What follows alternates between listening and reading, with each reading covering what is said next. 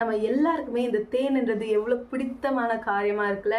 அதாவது அது எவ்வளோ ஸ்வீட்டாக இருக்கும். அது நம்மளுக்கு பார்த்தாலே அது நம்ம நாக்கில் படும்போது அது அவ்வளோ ஸ்வீட்டாக அது நம்மளுக்கு ஒரு ரெஃப்ரெஷிங்கான ஒரு எக்ஸ்பீரியன்ஸை கொடுக்கல. அந்த மாதிரி தான் நம்மளோட சொற்கள் இருக்கணுமா. ஸோ இன்றைக்கான தலைப்பு கூட என்ன அப்படின்னா, be kind to each other, build each other with your words. அதாவது நம்ம பிறரை நம்ம சொற்களால் கட்டணும் அப்படின்னு தான் சொல்லப்படுது. நிறைய நேரத்தில் இந்த வசனம் யாக்கோபில் சொல்லுது, நம்மளோட நாவானது இந்த என்ன சொல்றது, பாவம் நிறைந்த உலகமா இருக்கு அப்படின்னு சொல்லப்படுது. ஓகேவா, it is a world of iniquity-ஆ இருக்கு.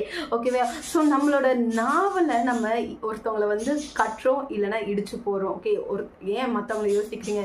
யாரோ ஒருத்தவங்க கிட்ட நம்ம நல்லா பேசும்போது, நம்மளை என்கரேஜ் பண்ணும்போது நம்மளுக்கு அது எவ்வளோ சந்தோஷத்தை கொடுக்குது. அதே ஒருத்தவங்க நம்மளுக்கு ஒரு மாதிரி பேசினாங்க அப்படின்னா நம்ம எப்படி உடஞ்சு போயிடும். அதே தாங்க நம்மளும் பிறருக்கு செய்யக்கூடும். ஸோ ஆனால் இன்றைக்கு நம்மளோட வேர்ட்ஸ், நம்மளோட சொற்கள் எப்படி இருக்கணுமா, தேன் கூடை போல இருக்கணுமா.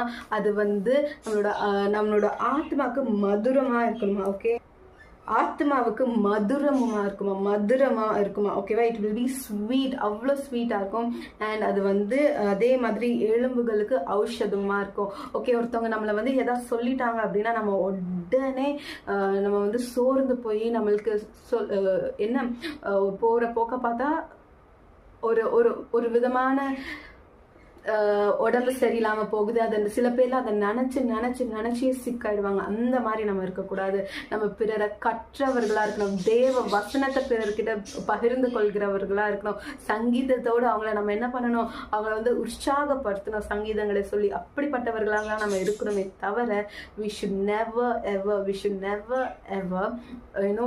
destroy somebody with our words. Okay, we should build others with our words rather than destroying them. Amen.